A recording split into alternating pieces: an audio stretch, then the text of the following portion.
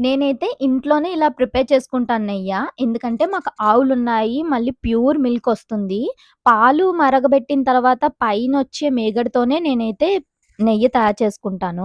ఏ రోజైతే నెయ్యి తయారు చేసుకుంటానో, ఆ రోజు నుండి ఫ్రిడ్జ్‌లో నుండి తీసేసి డే అంతా బయట పెట్టేసుకుంటాననమాట. ఒక 2, 3 అవర్స్ బయట పెట్టేసుకుంటే కొంచెం మెల్ట్ అయిపోతుంది. అదేమో మనం మిక్సీలోకి సెపరేట్ చేసేసుకోవాలి. ఇందులో ఏమో ఐస్ క్యూబ్స్ కానీ, ఐస్ వాటర్ గానీ వేస్తే వెన్న చాలా వస్తుందనమాట. నేనైతే ఎప్పుడు ఐస్ క్యూబ్సే ఏస్తాను. ఐస్ క్యూబ్స్ అన్నది ఒక ట్రే అంతా వేయాలనమాట. ఐస్ క్యూబ్స్ అంతా వేసేసుకున్న తర్వాత మిక్సీ చేసుకోవాలి. మిక్సీ చేసుకునేటప్పుడే మనకి వెన్నంతా సెపరేట్ అయిపోతుంది. మనకెంత బావుంటుందంటే ఇంట్లో తయారు చేసుకున్న నెయ్యయితే మనం కుకింగ్ గానీ, దేనికైనా యూజ్ చేయడానికి బావుంటుంది.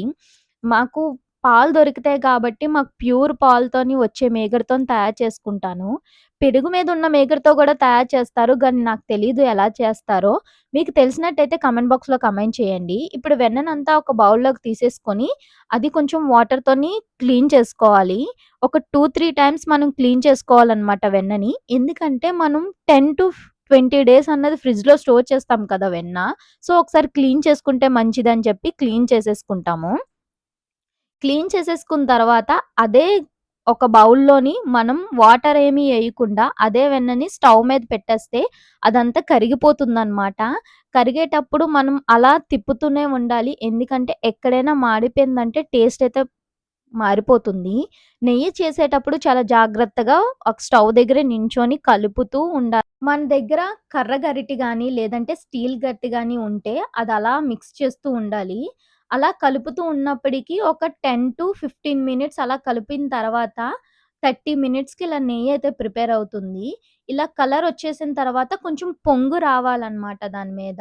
అలా మిక్స్ చేస్తూ ఇందులో ఫ్లేవర్ కోసం చాలామంది తమలపాకు, లేదు అంటే మెంతులు, కరివేపాకు వేస్తారు. మా అమ్మమ్మ చేసేటప్పుడు చూసేదాన్ని. అప్పుడైతే ఆవిడ కరివేపాకే ఏసేవారు.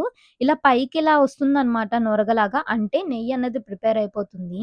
మనం స్టవ్ ఓపెన్ చేసిన తర్వాత, మనం కొంచెం లైట్‌గా గోరెచ్చగా అయినంత వరకు, లైట్ హీట్ ఉన్నంత వరకు పక్కన పెట్టేసుకోవాలి. కొంచెం బ్లాక్‌గా ఉంది ఎందుకు అంటే, మనం కరివేపాకేసాం కాబట్టి. మార్నింగ్‌కి ఒక బౌల్‌లో సెపరేట్ చేసేసుకున్న తర్వాత మామూలు ఘీ కలరే వచ్చేస్తుంది. ఘీ ఎప్పుడైనా మనం ఇలాంటి గాజు జార్‌లో స్టోర్ చేసుకుంటే ఎక్కువ రోజులుంటుందనమాట. నేనైతే 20 డేస్‌కి లేదంటే 1 మంత్‌కి ఒకసారి నేనిలా ఇంట్లో ప్రిపేర్ చేసుకుంటా. బ్రెడ్‌లో గానీ, లేదంటే చపాతీలో గానీ నెయ్యే యూజ్ చేస్తాను కాబట్టి, మీరు కూడా పాలు మీద వచ్చే మీగడతో గానీ, పెరుగు మీద వచ్చే మీగడతో గానీ ట్రై చేయండి. పాలు ప్యాకెట్‌తో చేసే మీగడతో గూడా చాలా వస్తుంది. నచ్చితే సబ్స్క్రైబ్ చేసుకోండి.